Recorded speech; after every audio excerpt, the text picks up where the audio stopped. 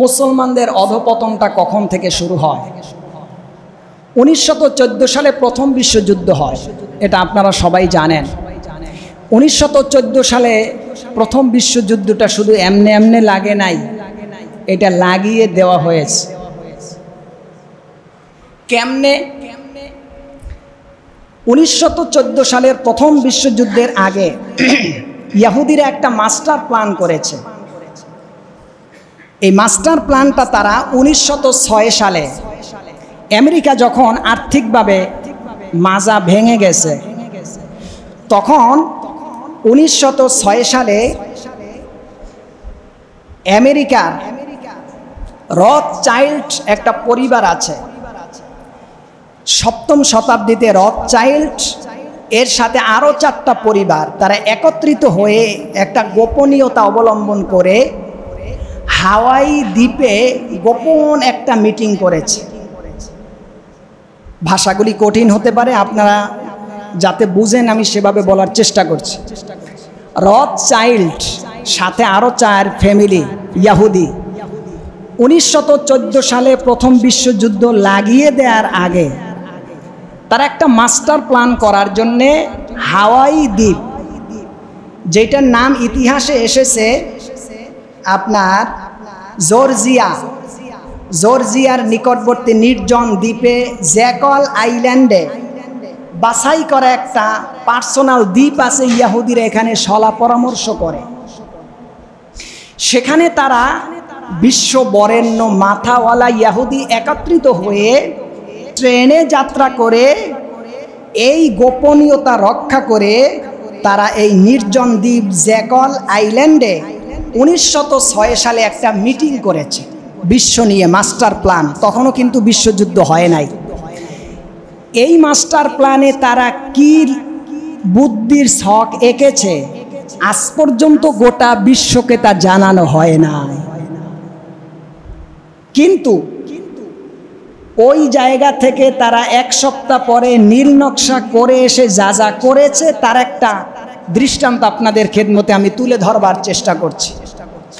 সেই 1906 সালের নির্জন দ্বীপের ভেতরে সলা পরামর্শ করে এসে তারা আমেরিকার ভিতরে কয়েকটা কাজ করেছে। 1 নাম্বার, 1913 সালে তখন তারা প্রথম মার্কেটে ডলার ছাপায়। কি ছাপায়? আসতে বলেন, আরো আসতে বলেন। কত সালে? 1913, মানে 1906 সালে গোপন সলা পরামর্শ। এরপরে প্রথমে আমেরিকা ডলার ছাপায় কত সালে ভাই? 13 সালে। 1913 সালে ডলার ছাপানোর পরে এই 1914 সালের যুদ্ধের আগে গোটা পৃথিবীতে স্বর্ণ আর মুদ্রা দিয়ে ক্রয় বিক্রয় হতো। আপনারা যারা বৃদ্ধ আছেন আপনারা শুনেছেন আগেকার দিনে খাবার দিয়ে মানুষ কিন্তু একটা জিনিস আরেকজনের কাছ থেকে নিত।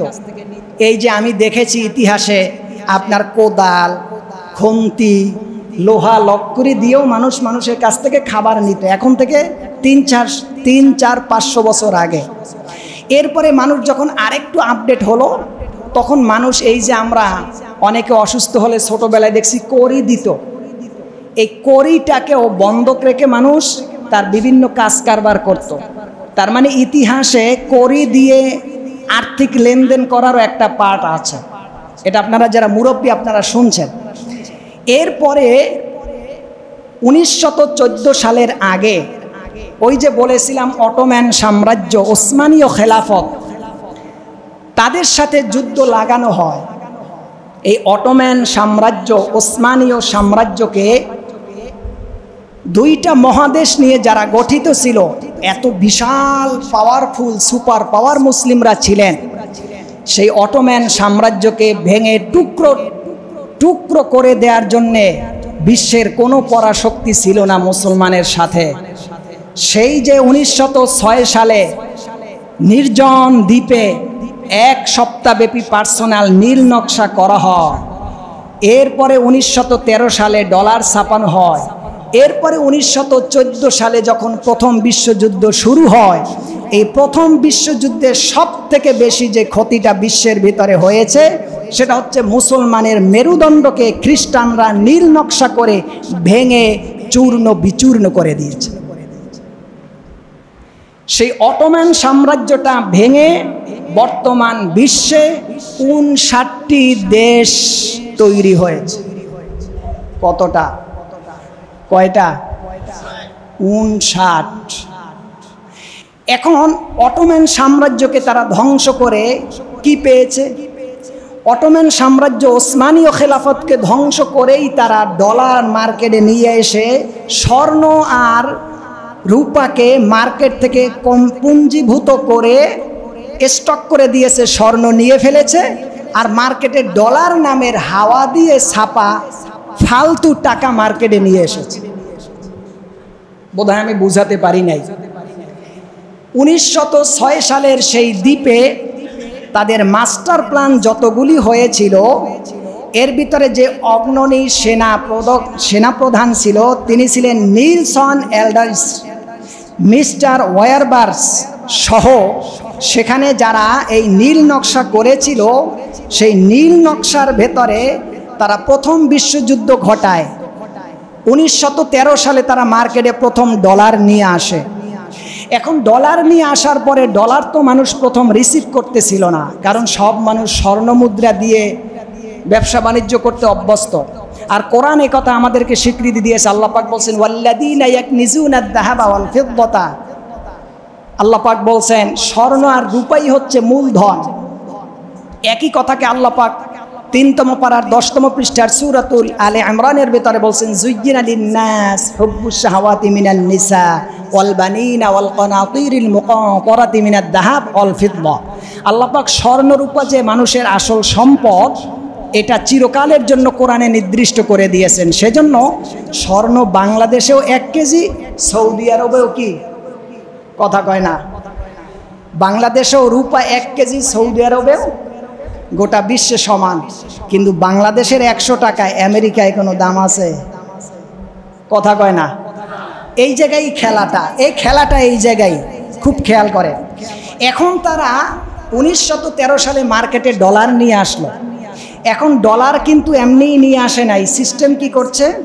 ডলার নিয়ে আসার সময় তারা যে 2 নাম্বারিটা করেছে, সেটা হচ্ছে ডলার নিয়ে আসার সময় তারা দেখলো মানুষ এটা মার্কেটে খাচ্ছে না, নিচ্ছে না, কারণ মানুষ স্বর্ণ মুদ্রা দিয়ে রানিং ছিল।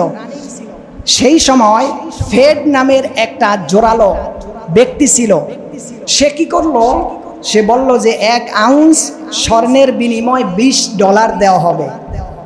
অর্থাৎ স্বর্ণের দাম বাড়ালো, ডলারের দাম কমালো। আপনাদের কি বুঝতে কষ্ট হচ্ছে ভাই?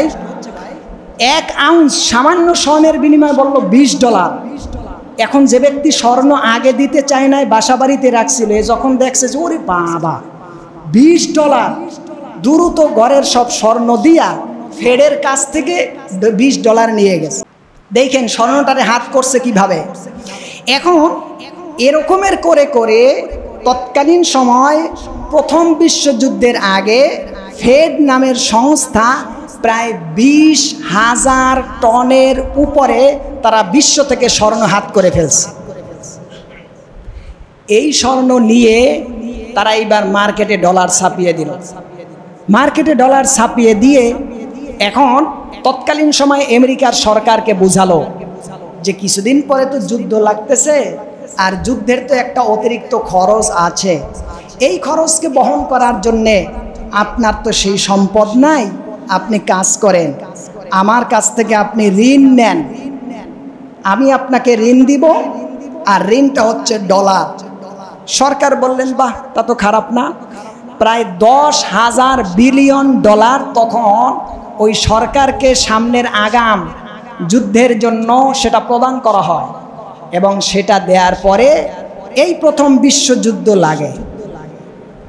এখন এই বিশ্বযুদ্ধের আগে তারা ওসমানীয় খেলাফতকে কিভাবে ভাঙবে মাস্টার প্ল্যান হয়েছে, ডলার কিভাবে আনবে, স্বর্ণ কিভাবে মার্কেট থেকে আউট করবে, এই ডলারটাকে আবার আন্তর্জাতিক মানে কিভাবে নিবে, সেটা আবার সামনে আমাদের আলোচনায় আসতেছে। এই কাজগুলি সব প্রথম বিশ্বযুদ্ধের আগে 1906 সালে সেই হাওয়াই দ্বীপের ভেতরে এক সপ্তাহের মাস্টার প্ল্যানের ভেতরে ইহুদিরা করে তারপরে প্রথম বিশ্বযুদ্ধটা ঘটিয়েছে। এইবার আসেন, প্রথম বিশ্বযুদ্ধের পরে দ্বিতীয় বিশ্বযুদ্ধ হয়েছে 1939 সালে। এখন 1939 সালে যখন বিশ্বযুদ্ধ হয়, এই 1939 সালে বিশ্বযুদ্ধ প্রায় 6 বছর রানিং ছিল। এই বিশ্বযুদ্ধটা লাগানোর শেষ পর্যায়ে 6 মাস আগে ইহুদিরা আরেকটা কনফারেন্স ডাকে। সেই কনফারেন্সটা ইতিহাসে নাম দেওয়া হয়েছে যে সেই কনফারেন্সের নাম হচ্ছে ব্রিটন উডস। ব্রিটন উডস নামে বিশ্বের সবথেকে বড় বড় ইহুদি যারা, তারা একটা কনফারেন্সের আয়োজন করলেন। এই কনফারেন্সে তারা সব দেশের রাষ্ট্রপ্রধানদেরকে ডেকে বললেন, তোমার দেশে এক রকমের কারেন্সি চলে, তোমার দেশে আর এক রকমের চলে, তোমার দেশে আর এক রকমের চলে। শোনো, এই সব দেশে ভিন্ন ভিন্ন কারেন্সি, মানে ওই যে স্বর্ণরূপা ছাড়া যে ডলার আসছে, কোনো দেশে রুপিয়া আসছে, কোনো দেশে মুদ্রা আসছে, সেইগুলি, এগুলিরে ভিন্ন ভিন্ন না রেখে একটা কাজ করো, আমরা সবাই মিলে এক কারেন্সি ব্যবহার করি, আর সেই কারেন্সিটা হবে আমেরিকার ছাপানো ডলার। বুঝলেন, শয়তানতালিটা ধাক্কায় ধাক্কায় আসছে, ধাপে ধাপে আসছে।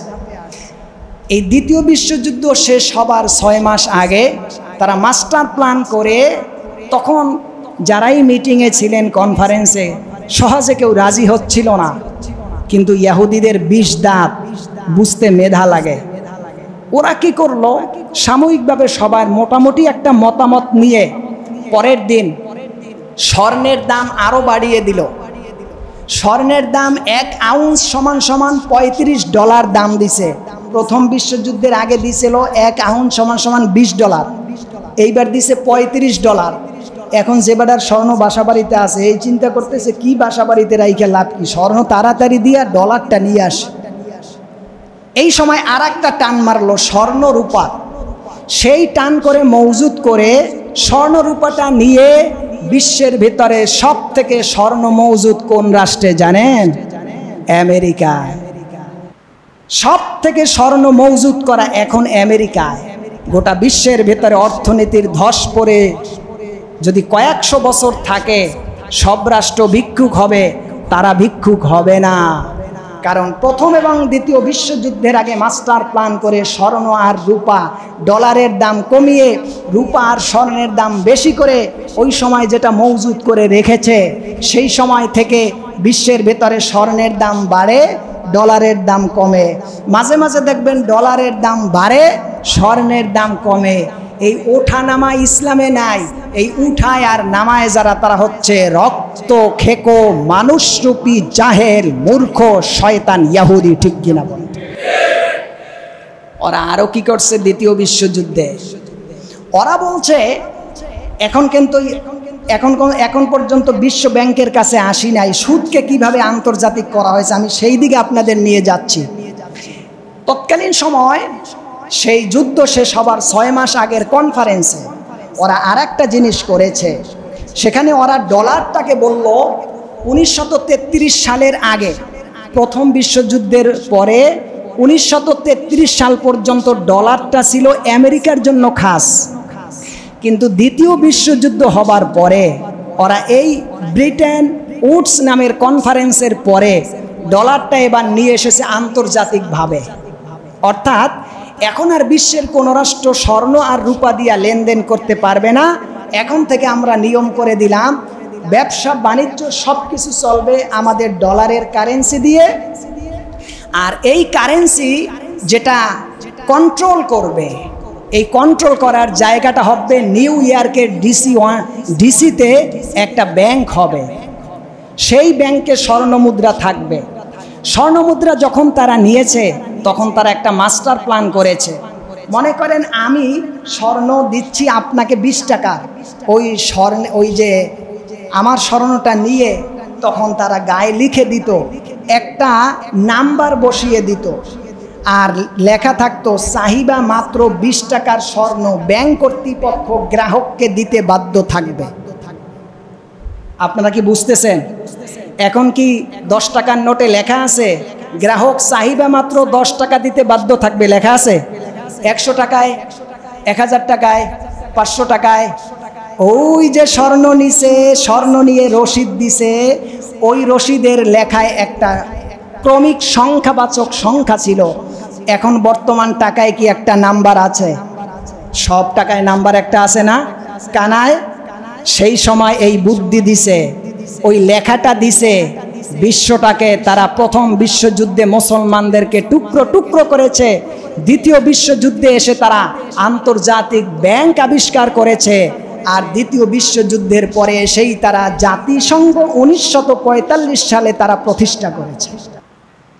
এবং দ্বিতীয় বিশ্বযুদ্ধের পরেই তারা কিন্তু ইসরায়েলের মতন ইহুদি একটি নির্দিষ্ট ভূখণ্ড ফিলিস্তিনের ভিতরে ঢুকিয়ে দিয়েছে। তাহলে আমরা এতক্ষণ আলোচনা থেকে কি বুঝতে পারলাম? প্রথম বিশ্বযুদ্ধে মুসলমানকে টুকরো টুকরো করেছে ওসমানীয় খেলাফতকে। ওসমানীয় খেলাফতকে ভেঙে যে রাষ্ট্র করেছে তার সংখ্যা হচ্ছে 59। আমি সংক্ষেপে একটু নাম কয়টা আপনাদের শুনাই, যে আসলে ওরা কত বড় গাদ্দার, আমাদের হাত ছাড়া করে ভিন্ন ভিন্ন বানিয়ে ওরা কি করেছে। যেই সমস্ত দেশ ওসমানীয় খেলাফতের সাম্রাজ্যের অধীনে ছিল, Yemen, Oman, Qatar, Bahrain, Kuwait, পশ্চিম Iran, Lebanon, Egypt, Libya, Tunisia, Algeria, Sudan, Eritrea, Djibouti, Somalia, coast of Kenya, coast of Tanzania, Nigeria, north Mozambique, Morocco, Mauritania, Mali, Senegal, Guinea Bissau. আপনাদের কি কষ্ট হচ্ছে? কষ্ট হচ্ছে? আচ্ছা দেখেন নামগুলি দেখেন, গিনি, ইথিওপিয়া, সৌদি আরব, জর্দান, ফিলিস্তিন, Syria, Iraq, Bulgaria, Greece, Serbia, Montenegro, Bosnia, হায়োগেনিয়া, Croatia, Macedonia, Slovenia, Romania, Slovakia, Hungary, Moldova, Ukraine, Azerbaijan, Georgia, Armenia, north south Cyprus, south Russia, Poland, south east Italy, Albania, Belarus, Libya, Latvia, Kosovo, বোজোবান্দিয়া। সর্বমোট ওসমানীয় সাম্রাজ্যের হাতে এই 59টি রাষ্ট্র তারা একে একে যুদ্ধ করে মুসলিম বানিয়েছিল। প্রথম বিশ্বযুদ্ধের আগে 2 মহাদেশ সম্পূর্ণ একটা রাষ্ট্র ছিল সেই ওসমানীয় সাম্রাজ্য। এদেরকে ভেঙে ভেঙে প্রথম বিশ্বযুদ্ধে এতগুলি রাষ্ট্র বানিয়ে মুসলমানের ঐক্যের ভূমিটাকে নষ্ট করে ইহুদিরা খেয়ে ফেলেছে। ঠিক কিনা বলেন? দ্বিতীয় বিশ্বযুদ্ধে এসে এরা ন্যাটো তৈরি করেছে। আজকের ন্যাটো কবে থেকে এসেছে? আপনারা কি বুঝতেছেন আলোচনা, নাকি আপনাদের কষ্ট হচ্ছে? দ্বিতীয় বিশ্বযুদ্ধে এসে এখন মুসলমানের হাত ছাড়া রাষ্ট্র হয়ে গেছে। এখন এই রাষ্ট্রগুলোরে আগুন দিয়ে জ্বালাতে হবে। কেমনে জ্বালাবে? তখন ন্যাটো 31টি ইউরোপীয় রাষ্ট্রগুলি একত্রিত হয়ে ন্যাটো তৈরি করলো। ন্যাটো তৈরি করে ইরাকের মধ্যে ঢুকিয়ে রাখছে কতজন, ফিলিস্তিনে ঢুকিয়ে রাখছে, জর্দানে ঢুকিয়ে রাখছে, লেবাননে ঢুকিয়ে রাখছে। প্রত্যেকটা রাষ্ট্রের ভিতরে ওদের সৈন্য ঢুকিয়ে রাখছে। কেন? আপনার সম্পদ কেমন হয়, তেলের খনি আছে কিনা, গ্যাসের খনি আছে কিনা, আপনি দিন দিন কতটুকুন রাজনীতি নিয়ে ইসলামিক মাথা উঁচু করতে চান, সবটাকে কন্ট্রোল করার জন্য, অবজারভেশনের জন্য তারা ন্যাটো নামের দস্যুদেরকে আবিষ্কার করে 59টি রাষ্ট্রের ভিতরে ঢুকিয়ে দিয়ে বিশ্বযুদ্ধের আগে গোটা বিশ্বটাকে তারা আয়ত্তের ভিতরে নিয়ে নিয়েছে। আমার প্রিয় ভাইয়েরা, এই সময় এই 1914 থেকে বর্তমান সময় পর্যন্ত মুসলমান লাঞ্ছিত, অপমানিত, হেয় প্রতিপন্ন, নির্যাতিত, পণ্য ভোগ্য সামগ্রীতে পরিণত হয়েছে। কিন্তু 1914 সালের আগে মুসলমানের বিপক্ষে কেউ কথা বললে তার হিসাব করে কথা বলতে হতো। ঠিক কিনা বলে? আমার প্রিয় ভাইয়েরা, এই সময় দ্বিতীয় বিশ্বযুদ্ধে তারা 1945 সালে দ্বিতীয় বিশ্বযুদ্ধ শেষ হয়। আর তখন তারা আন্তর্জাতিক ব্যাংককে তারা আবিষ্কার করে ওই ব্যাংকের ভেতরেই তারা সকল সিস্টেম করলো। আর সেই সিস্টেম অনুযায়ী তারা বলল এক এক রাষ্ট্রে থাকবে এক একটা কেন্দ্রীয় ব্যাংক। তাহলে বিশ্ব ব্যাংকের অধীনে সকল কেন্দ্রীয় ব্যাংক, প্রত্যেক রাষ্ট্রের কেন্দ্রীয় ব্যাংকের অধীনে থাকবে বাণিজ্যিক কিছু ব্যাংক। যেমন দেখেন বাংলাদেশের কেন্দ্রীয় ব্যাংক হচ্ছে সেই আমেরিকার বিশ্ব ব্যাংকের অধীনে। বাংলাদেশে এখন যদি দক্ষিণ সস্তাপুরেকে আজকের একটা ব্যাংক খুলতে চায়, তাকে নিশ্চিত বাংলাদেশ ব্যাংকের ধারস্থ হতে হবে। এছাড়া কি সম্ভব? একটু জোরে বলেন, সম্ভব না। এই যে ব্যাংকে আবিষ্কার করে তারা কি করছে, ওই যে সুদের উপরে আমি আলোচনায় ছিলাম, এজন্য এই ইতিহাসটা টেনে নিয়ে আসলাম। এখন এই ব্যাংক ওই যে প্রথম বিশ্বযুদ্ধে 10,000 বিলিয়ন ডলার দিয়েছিল ফেড নামের লোক, সে তখন এই 10,000 টাকা লোন দিয়ে যুদ্ধ লাগিয়ে দিল আর বলল আপনি 10,000 টাকায় 2% করে আপনি সুদ দিবেন। সেই যুদ্ধ দিনের পর দিন বাড়তে লাগলো। আহার খাদ্য সব কিছু যখন যোদ্ধাদের বেশি লাগতেছিল, তখন সেই সুদ গড়াতে গড়াতে 10,000 বিলিয়ন ডলারে সে ইনকাম করে নিল 12,000 বিলিয়ন ডলার। এখন এই ঋণ শোধ করতে হলে সরকার একা পারবে না, তখন সেই ঋণ সকল জনগণের মাথায় চলে গেল। দেখলেন ঋণটা মাথায় চলে আসছে কিভাবে? ঠিক সেভাবে করে বাংলাদেশ আমরা যখন ঋণে পড়েছি, এই ঋণ এখন আপনার আমার মাথার উপরে আছে। এটা কিন্তু সেই বিশ্ব ব্যাংকের হিসাব করা মাস্টার প্ল্যানের একটা চিত্র। এটাই হচ্ছে দ্বিতীয় বিশ্বযুদ্ধে এই প্ল্যান করে মানুষ যেন যত রাষ্ট্র 1914 সালের পরে স্বাধীনতা অর্জন করেছে, প্রত্যেকটা রাষ্ট্র দুর্বল, সেই দুর্বল রাষ্ট্রে কখনো মাথা উঁচু করে বিশ্বের ভিতরে যেন দাঁড়াতে না পারে, সেজন্য ওই বিশ্ব ব্যাংক থেকে লোন দেওয়া হয়। ওই বিশ্ব ব্যাংক দিয়ে লোন নিয়ে গরিব মানুষের দেশে বিল্ডিং হয়। আপনি আমি দেখি লোন এনে বড় বড় বিল্ডিং হয়েছে। আহারে না, ওই 1 টাকা লোনে তো 100 টাকা দেয়া লাগবে। আমি বুঝাতে পারি নাই?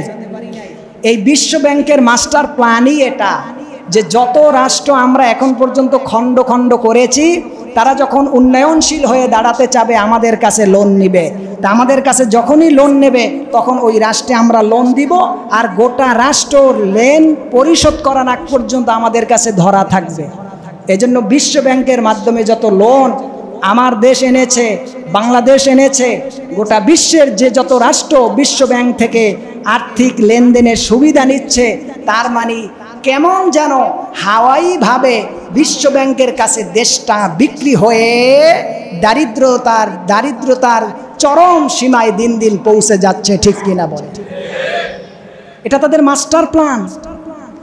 এই মাস্টার প্ল্যানের বিরুদ্ধে সাদ্দাম হোসেন 2000 সালে কথা বলছিলেন। সাদ্দাম হোসেন 2000 সালে বলছিলেন, তোমাদেরকে তেল আমরা $8 বিনিময়ে দেব না, আজ থেকে তেল বিক্রি হবে আগের দিনের স্বর্ণ আর রূপার বিনিময়। তখন আমেরিকার ডলারের মার্কেটে ধাক্কা লেগে যায়, ওদের মাজা ভেঙে গিয়েছিল। সেজন্য 2000 সালে সাদ্দাম হোসেনের সাথে এক কথায় সাদ্দাম হোসেনের বিরুদ্ধে আমেরিকা চলে গেল, আর সাথে সাথে ইরাককে অ্যাটাক করলো।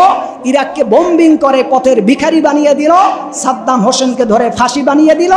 এদিক থেকে সেই ডলারকে ধরে রাখার জন্য 1933 সালে সৌদি আরবের তেলের দিকে শকুনের নজর গিয়ে পড়ল, যে আমাদের ডলার তো মার্কেটে রাখতে হলে এভাবে কেমন করে রাখবো। সেজন্য 1933 সালে 1976 সালে সৌদি আরবের আবিষ্কৃত তেলের দিকে নজর গিয়ে পড়ে, আর সেই তেলকে তখন বাদশাহ ফয়সালকে হত্যা করা হয়। বাদশাহ ফয়সালকে হত্যা করা হয় 1945 সালের পরে। 1980 সাল পর্যন্ত মিশর, কাতার, দুবাই, বাহরাইন যত রাষ্ট্রের যুদ্ধ হয়েছে, প্রত্যেকটা রাষ্ট্রের যুদ্ধের পেছনে আমেরিকা আর ইসরায়েলের হাত আছে। ওরা যুদ্ধ দিয়ে তাদেরকে টালমাটাল করে রেখে সৌদি আরবের তেলের ব্যাপারে তারা লাস্ট একটা চুক্তি করলো, যে দেখো বাদশাহ ফয়সাল তো মারা গেছে, এখন তুমি যে বাদশাহ নতুন করে চেয়ারে বসতেছো, তোমার জীবনের নিরাপত্তা নাই। তুমি একটা কাজ করো, তোমার ফ্যামিলি, রাজ ফ্যামিলির নিরাপত্তা আমি আমেরিকা দেব। ইসরায়েল যেন তোমার দেশে হামলা করতে না পারে, নিরাপত্তা দেবে কে? একটু জোরে বলেন। অথচ আসল নিরাপত্তার মালিককে এই বাদশাহ ফয়সাল পর্যন্ত সৌদি আরবের একটা কঠিন অবস্থান ছিল, কিন্তু সেই তেলের দিকে শকুনের নজর যাওয়ায় এখন ডাইরেক্ট তো বলতে পারে না যে তেল দাও। ওরা কি করলো, রাজ পরিবারের নিরাপত্তার নামে ওরা বলল আমরা নিরাপত্তা দেব, তার মানে তোমাদের আমরা সৈন্য দেব, অস্ত্র দেব, তোমরা আমাদেরকে তেল দিবা। কারণ তেল ছাড়া ইসরায়েল আমেরিকা ভিক্ষুক। এইবার তেল নেওয়া শুরু করলো, কিসের শর্তে? তোমাদের আমরা অস্ত্র দিব, তোমরা আমাদের তেল দেবা। আচ্ছা, তেল দিলেই তো হবে না, তোমার রাষ্ট্র থেকে যারা তৈল কিনবে আমার দেশের ডলার ছাড়া একটা টাকা বাহিরের কোনো ডলার দিয়া হবে না। দেখলেন স্বার্থ কোন দিকে চলে গেল? সেই পেট্রো ডলারের নাম সেখান থেকে এসেছে, যে সৌদি আরবের তেল, ডলার চলবে আমেরিকার, তেল হয়েছে সৌদি আরবের। মাথায় মগজ নাই। ও সময় যদি দাঁড়িয়ে বলতো বেটা নিরাপত্তা দেওয়ার তুই কে? হাসবুনাল্লাহ নি'মাল ওয়াকিল, হাসবি আল্লাহ লা ইলাহা ইল্লাহু, তোর নিরাপত্তায় পা দিয়ে আমি থুতু নিক্ষেপ করি, দাফন দেই, আমার নিরাপত্তার জন্য আমার আল্লাহই যথেষ্ট। ঠিক কিনা বলেন? ওয়া মান ইয়াতাওয়াক্কাল আলাল্লাহ ফাহুয়া হাসবু। কোন মানুষের নিরাপত্তা কোনো মানুষ দিতে পারে না, একমাত্র চূড়ান্ত পর্যায়ের নিরাপত্তা আল্লাহ ছাড়া কেউ কারো হতে পারে না। ঠিক কিনা বলে? সেই জায়গায় সৌদি আরব যদি বিক্রি না হতো, আমেরিকা 20 দাঁত বসানোর ক্ষমতা আজ পর্যন্ত পৃথিবীর কোনো রাষ্ট্রের সাথে পারত না। ঠিক কিনা বলে? আমার প্রিয় ভাইয়েরা, সেই পেট্রো ডলার দিয়ে আমাদেরকে ডলার চাপিয়ে দিছে, স্বর্ণের দাম কমায়, আবার ডলারের দাম কমায়, স্বর্ণের দাম বাড়ায়, উঠায় আর নামায়। অথচ পরোক্ষভাবে তাকাইলে দেখা যায় আমাদের মুসলিমদের কান দইরা ওঠ বস করায়। ঠিক কিনা? এখন ডলার হয়ে গেছে আন্তর্জাতিক মানের। 1971 সালে সেই থেকে আমার দেশে টাকা এসেছে। সময় হয়ে গেছে, আমি আর আপনাদের কষ্ট দিতে চাচ্ছি না। সেই থেকে আমার দেশের টাকাটা কিভাবে এসেছে, আমার দেশের টাকাটা কিভাবে এসেছে? বঙ্গবন্ধু শেখ মুজিবুর রহমান 1971 সালে দেশ স্বাধীনের পরে ধানমন্ডিতে একটা দোকানে গিয়েছিলেন। উনি দোকানে গিয়ে, ওনার সাথে তাজউদ্দিন ছিলেন, ওনারা দুইজন এক দোকানে বসা ছিলেন। আর সেই দোকানে বসা অবস্থায় দেখলেন এক লোক কি খাবার খাওয়ার পরে পাকিস্তানি দিছে রুপিয়া, আর এক লোক কি খাওয়ার পরে ভারতেরটা দিছে। এখন বঙ্গবন্ধু শেখ মুজিবুর রহমান সাহেব মাথাটা কাজ করে না, ঘটনা কি? স্বাধীনতার আগে পাকিস্তানের এক কারেন্সিতে ছিলাম আমরা, এখন 2 কারেন্সি স্বাধীনতা অর্জনের পরে, এটা তো হতে পারে না। উনি সাথে সাথে ভারত চলে গেলেন। ভারত গিয়ে উনি সাথে সাথে 1 টাকা এবং 100 টাকার নোট ছাপিয়ে আনলেন। এই 1971 সালের পরে 1972 সালের আগে বাংলাদেশে যারা স্বাধীনতার যুদ্ধ দেখেছেন তারা আমার থেকে ভালো বলতে পারবেন, তৎকালীন সময় পাকিস্তানের টাকার উপরে বাংলাদেশের একটা সিল লাগানো থাকতো। ঠিক কিনা? এই সিলটা দিয়ে বাংলাদেশে পারমিশন হয়েছে বলে টাকাটা চলতো। সেই সময় বঙ্গবন্ধু শেখ মুজিবুর রহমান সাথে সাথে ভারত গিয়ে বাংলাদেশের নামে 1 টাকা আর 100 টাকার নোট ছাপিয়ে আনলেন। সেই সময় থেকে বাংলাদেশের টাকার পটভূমি শুরু হয়েছে। শুধু তাই নয়, এই টাকার একটা সিকিউরিটি, বিশ্ব সিকিউরিটির ব্যাপার আছে। সেই সিকিউরিটির ক্ষেত্রে তিনি দেখলেন জাল টাকা বের হয়ে যাবে। পরবর্তীতে তিনি লন্ডনে চলে গেলেন। লন্ডনে গিয়ে এরপরে 100 আর 1 টাকার নোট আন্তর্জাতিক যেন সম্মান এক দেশ আর এক দেশে আদান প্রদান করতে পারে সে ব্যবস্থা করে তারপরে বাংলাদেশের 1 টাকা, 5 টাকা, 2 টাকা, 100 টাকা, 1000 টাকা বর্তমানে রানিং চলছে। এভাবে করে বাংলাদেশের টাকার ইতিহাস শুরু হয়েছে। মাত্র আজকের 53 বছর আগের কথা। তার আগের, এখন থেকে 100 বছর আগে স্বর্ণ রূপা ছাড়া কোনো কিছুর দাম বিশ্বের ভেতরে ছিল না। আজও স্বর্ণের দাম আছে, কিয়ামত পর্যন্ত থাকবে। আগামী কয়েক বছরের ভেতরে এই টাকা একেবারে নিঃশেষ হয়ে যাবে। দেখেন না, এখন টাকার জায়গায় চলে এসেছে একটা কার্ড, ডেবিট কার্ড। ঠিক কিনা? কার্ডটা শো করলে টাকা বের হয়ে যায়। এই ডেবিট কার্ডের কোনো মান নাই। দেখেন মাঝে মাঝে মোবাইলে টাকা ভরছেন, কিছুক্ষণ পরে ফোন দিছেন, কয় যে ব্যালেন্স শূন্য, টাকা নাই, মানে টাকা কোম্পানি কেটে নিয়ে গেছে। এটা যেমন চুরি হয়, কার্ড মিটার বাংলাদেশে এখন থেকে 3 বছর আগে শুরু হয়েছে। আপনাদের মনে আছে তো? অনেক জায়গায়, এখানে হয়তো কার্ড মিটার আসে নাই। কার্ড মিটারে টাকা ঢুকিয়েছে, মালিক বাসায় এসেছে, বলছে আমার কার্ড মিটারে টাকা। উনি যখন শো করছে দেখে ব্যালেন্স 0। অর্থাৎ সিস্টেমটা এমনভাবে করা হয় চুরি করেই নিয়ে যায়। এজন্য আমার দেশে যত কার্ড আমরা ব্যবহার করছি, এমনকি মোবাইলে বিদ্যুৎ, গ্যাস বিল, পানি বিল প্রদান করছি, সব কিছুর পিছনে মাস্টার প্ল্যান হচ্ছে আপনাকে আমাকে চুষে খাওয়া। অনেক সময় হয়ে গেছে, আপনারা ধৈর্য সহকারে শুনেছেন। এতটুকু আমি আপনাদের কাছে মেসেজ দিতে চাচ্ছি আজকের আমার প্রিয় ভাইয়েরা, যে যেখান থেকে এসেছেন, 1914 সালে মুসলমানদের অধপতনের পরে আমাদেরকে বিশ্ব গোলাম বানানো হয়েছে এবং আন্তর্জাতিক ব্যাংকের মাধ্যমে সুদ বাংলাদেশ ব্যাংকে দেওয়া হয়। বাংলাদেশ ব্যাংকের অধীনে বাণিজ্যিক ব্যাংক থাকে বিভিন্ন, সেই ব্যাংকের অধীনে আপনি আজকের 100 টাকা ব্যাংকে রাখলে 20% এই ব্যাংক নেয়, 20% বাংলাদেশ ব্যাংকে দিতে হয়, আর 60% লোন হিসাবে মানুষের মাঝে সুদ হিসাবে দেওয়া হয়, আর সেখান থেকে 1% বিশ্ব ব্যাংক নিয়ে আপনার আমার রক্তগুলি চুষে চুষে খাচ্ছে। ঠিক কিনা বলেন?